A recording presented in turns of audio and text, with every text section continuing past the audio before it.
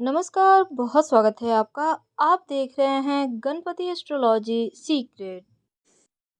तुला राशि 9 अक्टूबर को देवगुरु बृहस्पति वक्री होने जा रहे हैं। देवगुरु बृहस्पति वर्तमान समय में वृषभ राशि में चल रहे हैं और वृषभ राशि में ही वक्री होंगे।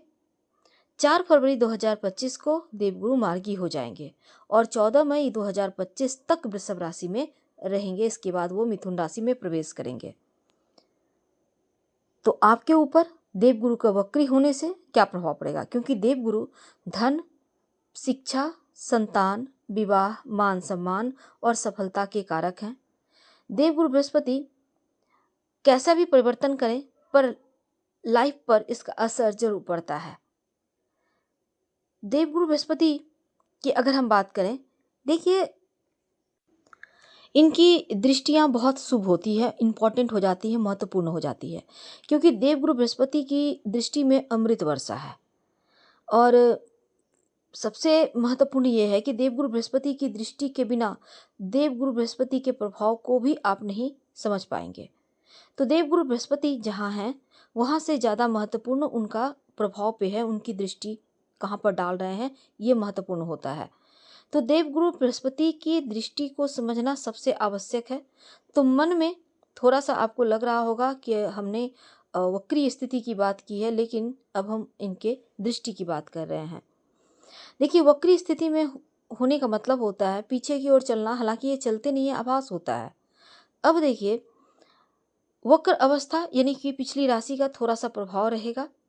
यानी वृषभ राशि में देवगुरु बृहस्पति चल रहे हैं, वक्री अवस्था में आएंगे तो मेष राशि में दिखाई पड़ेंगे। तो थोड़ा सा यहाँ पर एक बात याद रखिए कि एक परिक्रमा करने में देवगुरु करीब 1 साल के लगभग का वक्त लगाते हैं। और इनकी चूंकि हम दृष्टि की बात करें, जिस घर में बैठे हैं वो घर का फल तो आपको मिलेगा ही। अब देखिए, पीछे की ओर जा रहे हैं, यानी एक ऐसे कोण पर देवगुरु हैं जहां से महसूस हो रहा है, प्रतीत हो रहा है कि वो पीछे जा रहे हैं। दूसरी बात, अब देखिए इसमें वक्री अवस्था में होने का मतलब होता है 3 गुना ज़्यादा अधिक फल देना। और ज्योतिष में वक्री अवस्था को प्रतीत होना कहा गया है। देवगुरु बृहस्पति के पास 3 दृष्टि है, जहाँ से वो बैठेंगे वहाँ से 5वीं दृष्टि, 7वीं दृष्टि और 9वीं दृष्टि डालेंगे, जिसको अमृत की दृष्टि कहा जाता है, क्योंकि अमृत का वास होता है। अब देवगुरु बृहस्पति वृषभ राशि में चल रहे हैं और वृषभ राशि शुक्र की राशि है। देवगुरु बृहस्पति शुक्र के शत्रु हैं। अब ऐसे में देवगुरु बृहस्पति अब शत्रु के घर में है, लेकिन जैसे ही वक्री होंगे तो मेष राशि के ऊपर का थोड़ा प्रभाव चलेगा। तो तुला राशि वालों, देवगुरु बृहस्पति का जो ये गोचर है अष्टम में है, वृषभ राशि में अष्टम में। और आपके लिए यहाँ पर अष्टम में देवगुरु का आना ऊपर से वक्री अवस्था में है तो फायदेमंद ही रहेगा, क्योंकि देवगुरु बृहस्पति जो हैं, हालांकि अष्टम भाव का गोचर अच्छा नहीं होता, लेकिन जब वक्र अवस्था में चलेंगे तो आपको फायदा मिलेगा, क्योंकि वो सप्तम भाव का फल देंगे। तो अचानक से कौन कौन सी मुश्किलें आपको थोड़ी परेशान करेंगी और कौन से परिस्थिति को आप बेहतर तरीके से समझकर आगे बढ़ पाएंगे, तो कैसे आप संभल के रहें, कौन सा कार्य करके आप सफलता प्राप्त कर सकते हैं, आइए हम आपको बताते हैं विस्तार से। देखिए, इस समय अगर हम नकारात्मक चीज़ों की बात करें तो थोड़ा सा अनिश्चितता की स्थिति बनी हुई है, थोड़ी टेंशन हो सकती है। इस समय देवगुरु बृहस्पति वक्री अवस्था में है तो आपको फायदे भी मिलेंगे, जैसे भाग्य का साथ मिलेगा, रुका हुआ कार्य बनेगा, जीवन साथी का सपोर्ट मिलेगा, क्योंकि वक्र अवस्था में है तो सप्तम भाव का फल देंगे। आपको आपके पिता का सपोर्ट भी मिलेगा, धर्म की तरफ झुकाव बढ़ेगा।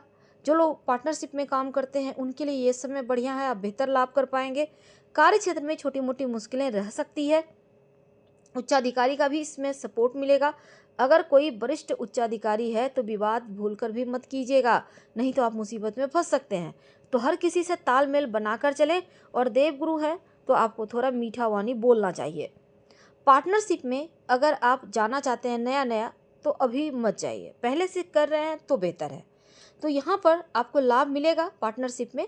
अब आर्थिक मामलों में थोड़ा सावधानी रखना है, खासकर किसी को उधार ना दे, बेवजह खर्च करने से बचें और किसी पर भरोसा तो बिल्कुल भी ना करें। संतान की तरफ से कोई शुभ सूचना मिलेगी, बच्चों के स्वास्थ्य में तरक्की होगी, उनकी पढ़ाई लिखाई का थोड़ा ध्यान रखें, उनको आपके सपोर्ट की आवश्यकता है, उनको समझें, उनके साथ वक्त बिताएं। और जो व्यापारी भाई हैं, धैर्य के साथ योजना बनाकर अगर कार्य करेंगे तो ज़्यादा अच्छा रहेगा, दिक्कत नहीं आएगी। लेकिन जो लोग प्रेम संबंध में हैं, उनके रिश्तों में थोड़ा सा उतार चढ़ाव दिखता है, क्योंकि अगर आप अपने व्यवहार को बेहतर नहीं करते, अच्छे से बात नहीं करते, मुस्कुराते नहीं हैं, कड़वा बोलते हैं, तब जरा रिश्ता में गड़बड़ हो जाएगा। तो प्रेम संबंध में परेशानी आ सकती है, इसलिए आपको इन चीज़ों से बचना चाहिए। और दूसरा, आपके दाम्पत्य जीवन में हल्की फुल्की मुश्किलों को छोड़ दें तो समय अनुकूल चलेगा। जीवन साथी का सलाह आपके लिए बढ़िया रहेगा, जीवन साथी के सपोर्ट से आपको लाभ मिलेगा, तो फायदेमंद वक्त है, तो इसमें उनके विचार का सम्मान करें। और दूसरा, देवगुरु बृहस्पति का ये गोचर आपके लिए ठीक है, लेकिन जब वक्री अवस्था में है तो ज़्यादा बढ़िया है, 4 फरवरी तक।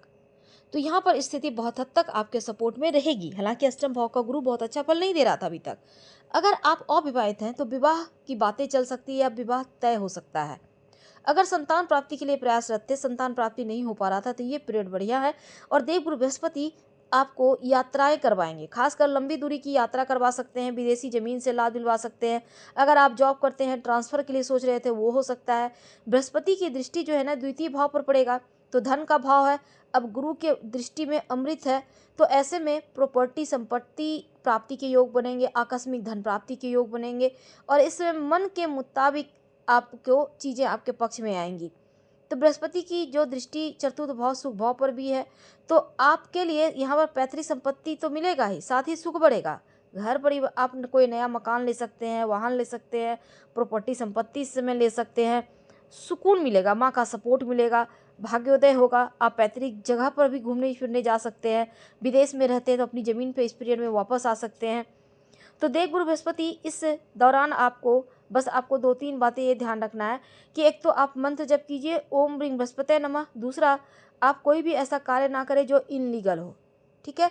अब देखिए, इस समय व्यापारी भाई हैं, उनके लिए बढ़िया है। नया नया पार्टनरशिप में मत जाइए, पहले से कर रहे हैं तो उत्तम है, भाग्य का साथ मिलेगा, पिता का सपोर्ट मिलेगा। और थोड़ा सावधान इसलिए रहना है कि समय को देखते हुए ही काम कीजिएगा। आपके लिए कुछ ऐसी समय रहेंगे जब आप कोई भी कार्य आंखें बंद कर सकते हैं, पूरे होने की संभावना बढ़ जाएगी। और कुछ ऐसे तिथियां हैं जब कोई भी कार्य करने के पहले 4 बार सोच लीजिएगा, नहीं तो वो कार्य अधूरा रह सकता है। तो 20 जनवरी से 28 जनवरी तक का जो वक्त है 2025 में आपके लिए शुभ है। कोई भी कार्य करेंगे तो वो कार्य पूरा होने की संभावना रहेगी। लेकिन आपके लिए 5 दिसंबर से 14 दिसंबर तक थोड़ा सावधानी रखना है, और फरवरी के महीने में 4 फरवरी से 16 फरवरी तक थोड़ा सावधान रहिएगा, तो ज़्यादा अच्छा रहेगा आपके लिए। यानी कि कोई भी महत्वपूर्ण कार्य इस पीरियड में मत कीजिएगा, नहीं तो नुकसान हो सकता है। इस बात को आपको ध्यान रखना चाहिए। वैसे देवगुरु बृहस्पति धन, संतान के विवाह, संतान प्राप्ति के देने वाले ग्रह हैं, मंगल कार्य करवाने वाले ग्रह हैं, तो आपके घर परिवार में मंगल कार्य होगा। लेकिन आपको जैसा हमने पूरा विस्तार से बताया, क्या करें क्या ना करें, उपाय के तौर पर एक तो देवगुरु बृहस्पति का मंत्र जप करना है, ओम ह्रीं बृहस्पते नमः। दूसरा, हल्दी का तिलक माथे पे, कंठ पे या कलाई में लगाएं तो बहुत अच्छा रहेगा। और अपने पेट का थोड़ा ख्याल रखिएगा तो उत्तम रहेगा। तो हम आपसे विदा लेते हैं। जानकारी अच्छी लगे तो लाइक कर सब्सक्राइब करें, शेयर करें, कमेंट करें। धन्यवाद। हम फिर मिलेंगे।